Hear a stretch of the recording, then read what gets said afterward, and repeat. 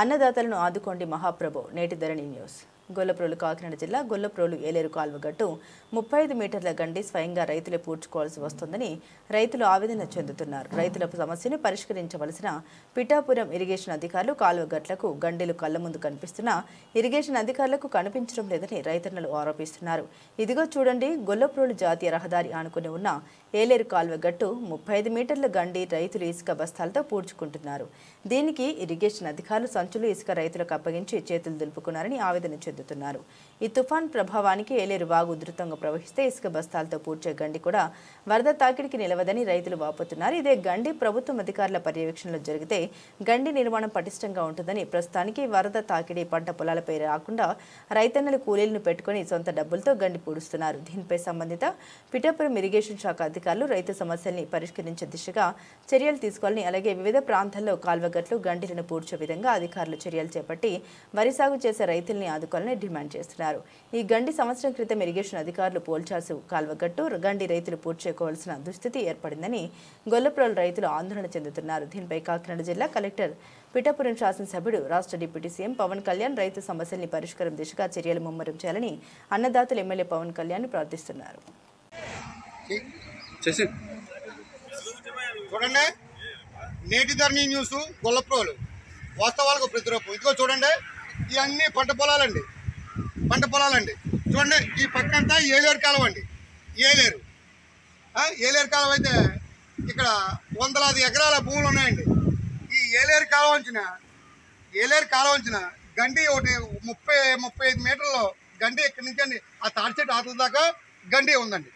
చూడండి, ఇది అధికారుల నిర్లక్ష్యం. రైతుల పరిస్థితి ఏంటో అర్థమవుతున్నదండి. ఇక్కడ రైతులు స్వయంగా గండి పూడ్చుకుంటున్నారండి రైతులు. కానీ అధికారులకి సేవ కుట్టినట్టు కూడా లేదండి ఇరిగేషన్ అధికారులు. దీనిపై ప్రజలు ఆవేదన వ్యక్తం చేస్తున్నారు. ప్రజలు, రైతులు కూడా. ఇందులో కౌలు రైతులు ఉంటారు, రైతులు ఉంటారు, ఎంతోమంది ఉంటారు.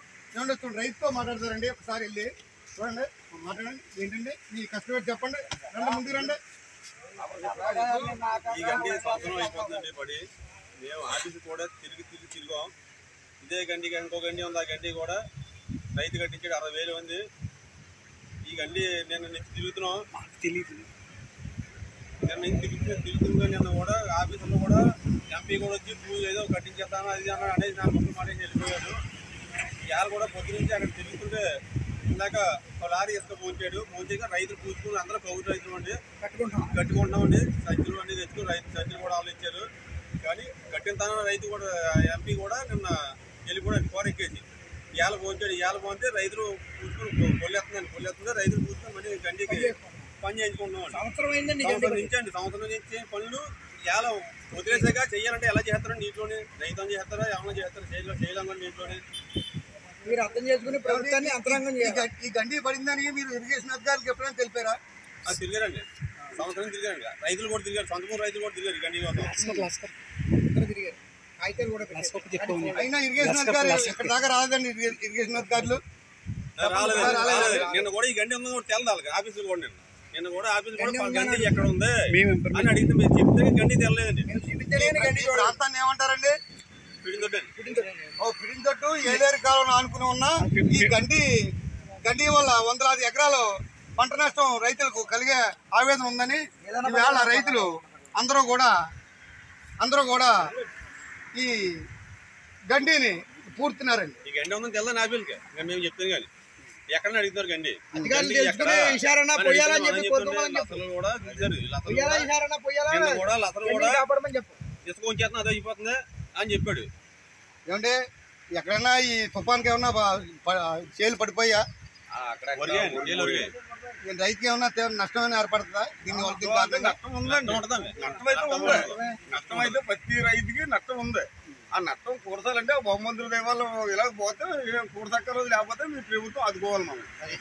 మనం ఇలా ఈ తుఫాన్ కారణంగా కూడా రైతులు నష్టపోతామని ఆవేదన వ్యక్తం చేస్తున్నారు. ఏమంటే ఇలాగ కాలం సక్రమంగా వెళ్ళిపోతే రైతులకు ఎటువంటి నష్టం ఉండదని రైతులు పేర్కొంటున్నారు. వాస్తవాలకు ప్రతిరూపం నేటి ధరణి న్యూస్ గొల్లప్రోలు.